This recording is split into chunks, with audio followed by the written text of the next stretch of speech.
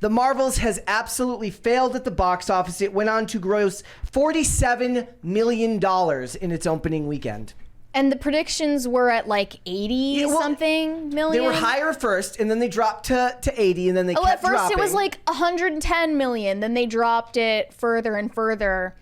This is the lowest MCU opening weekend of all time. Yeah. And Variety says this proves it's not a bulletproof franchise anymore. I mean, they've lost the formula. Ant-Man and the last Ant-Man movie proved that. They've been losing money, but the media wasn't willing to admit it until now. It made $47 million domestically, $63 million overseas. It only made $110 million total. They said that they were hoping for it to make at least 140, and it couldn't even get that. Yeah. Well, we'll see how it does next. In the next weekend. So they were hoping for 140. They called it unprecedented. Well, it's only unprecedented to somebody who hasn't been paying attention. Yeah, one reply. We see a lot of coping in the replies. One said, "You conveniently forgot to mention this is the only MCU film without actors promoting it due to being on strike. You and other outlets certainly seem to remember it when Loki Season 2's OK premiere numbers came out." Yeah. So they're blaming it on the fact that Brie Larson couldn't be annoying in interviews. Which is crazy because everyone knows that the number one way for this to tank even further would have been for Brie Larson to be able to go and do interviews. Yeah. Makes no sense whatsoever. Well, they had a couple of days, right?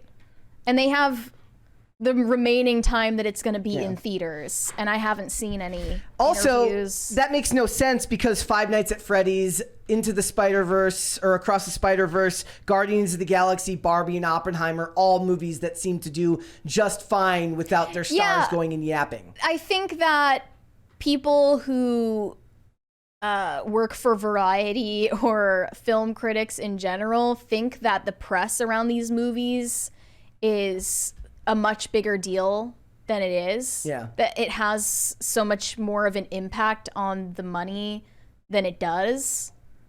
Like, Barbie did have some promo before the strike started, and then but they went off nothing. And it's funny because I was thinking, like, didn't Barbie and Oppenheimer get pulled right before the premiere? No, they got pulled before the international premiere of the movie, not the box office premiere.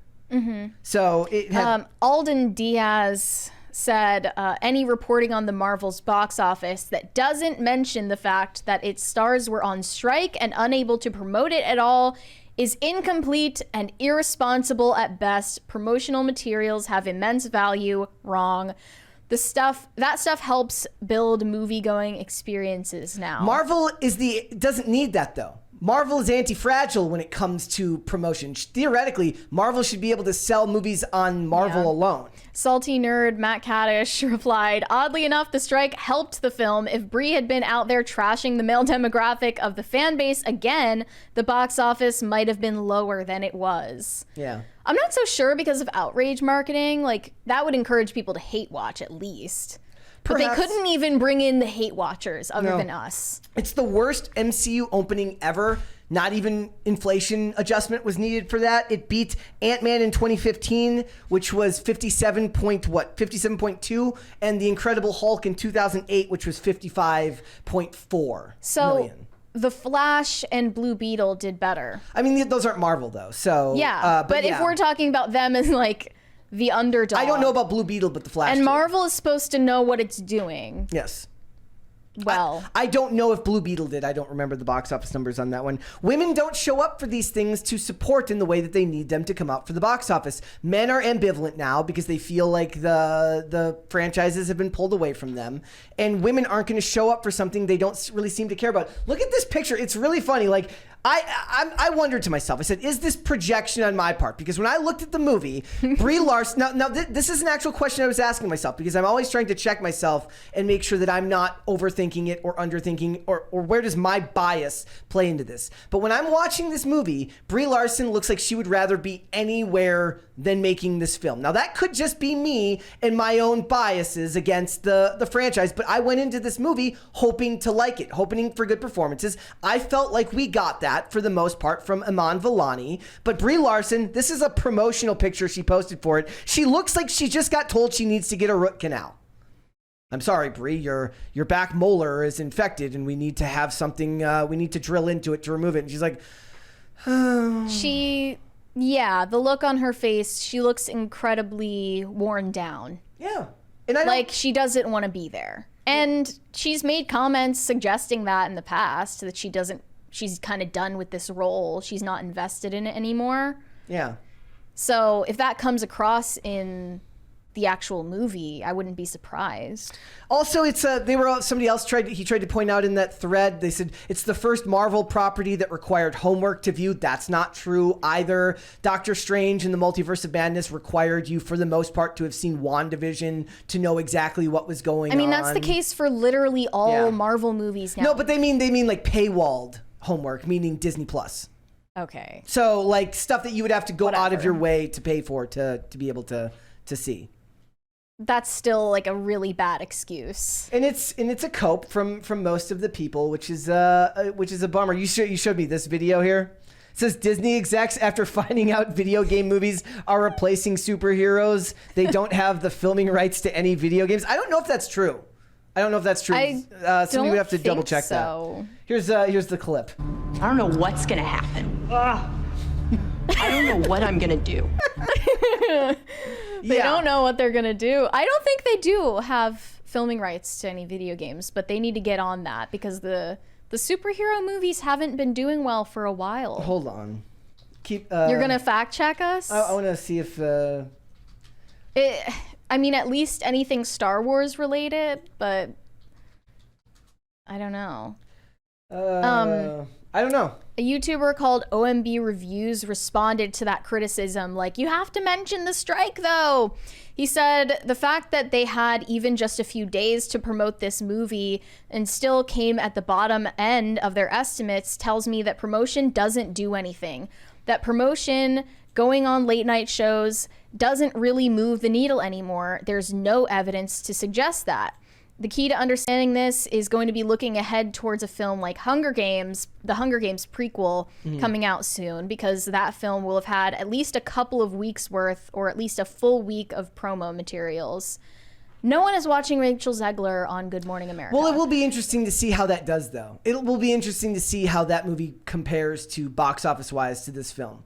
Yeah, I don't know. I just don't think that the average moviegoer pays that much attention to late night talk shows and stuff like that. It's like, that's, if you need that to convince people to go see your movie, maybe the movie isn't that exciting. I mean, it's just how it always was, though. That's just the way that movies were promoted in the industry. But that era is over. They also don't have, I mean, they could have very easily have paid influencers to talk about it. And the way that influencers aren't, remember we were talking before about influencers being yelled at by SAG for talking about movies, because that's what they should have been doing. They should have been paying social media influencers to promote this movie. Yeah, well, they were also threatened by SAG. Yeah, the social media influencers were under duress.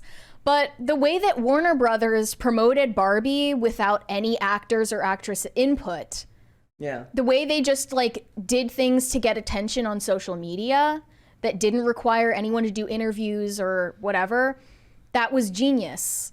So you can still make promotional materials without interviews. Yep, and it's better that way, I think. Barbie proved that. Yeah. There's also Valiant Renegade posted this. It says, the bots are getting really stupid. Someone needs to rewrite the algorithms for these things. This was just posted under my live show comments from today. It says, 80 million for Disney. The wait definitely turned out to be worth it. It is long delayed Marvel tentpole Black Widow came storming out of the gate with a huge $80 million opening at the North American box office. So they can't even get their bots right.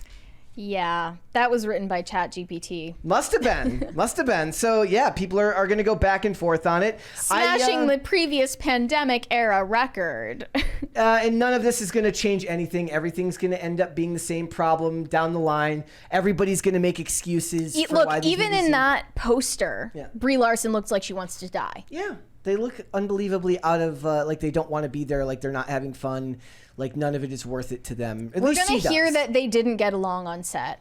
Maybe. Later on. But people came out to make excuses for why this movie didn't do as well as it did. Right now, obviously, so this is where the box office looks at for Marvel movies at the bottom. We're looking at like Incredible Hulk, Ant-Man, Captain America, The First Avenger, based on opening weekends. If you go to Lifetime Gross and you look at that, and you go to the bottom, These you don't count these ones at the over here. These are re-releases of other movies. But we've got The Incredible Hulk, Eternals, Captain America, The First Avenger, Ant-Man. It'll probably end up somewhere a little bit over that once it gets to the end of the box office based on it'll probably make it in the bottom 3 or 4.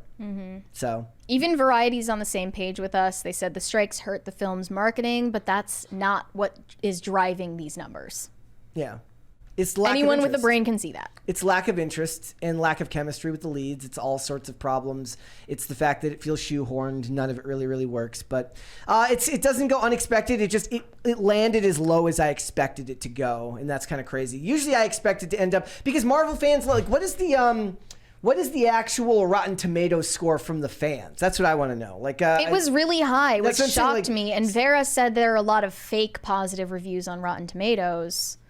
But I mean, we can't verify that one way or another. But yeah, so it's sitting at 84. Yeah, and it from was the fans. 85 on the day that we reviewed it. And we know that they, at least that it was shown before, that they did that with the same thing with Captain Marvel, meaning that they changed the algorithm on Rotten Tomatoes to protect that movie.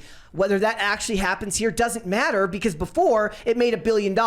So the question was, how do these reviews stack up, what we believe are manipulated reviews against this box office that doesn't seem like it actually was going to make $1 billion. But the problem is now they don't have Avengers Endgame or any of the goodwill that Marvel had been building up over the previous 10 years. And the result is a movie that makes $47 million in its open weekend on a movie that was a budget of $300 to $350 million. It's never going to make its money back. It's going to be one of the biggest flops they've ever had. So, thanks for watching. Listen to full episodes of Pop Culture Crisis on Spotify. Keep up with us on social media and make sure you subscribe and ring that bell so you never miss the show. Bye, guys.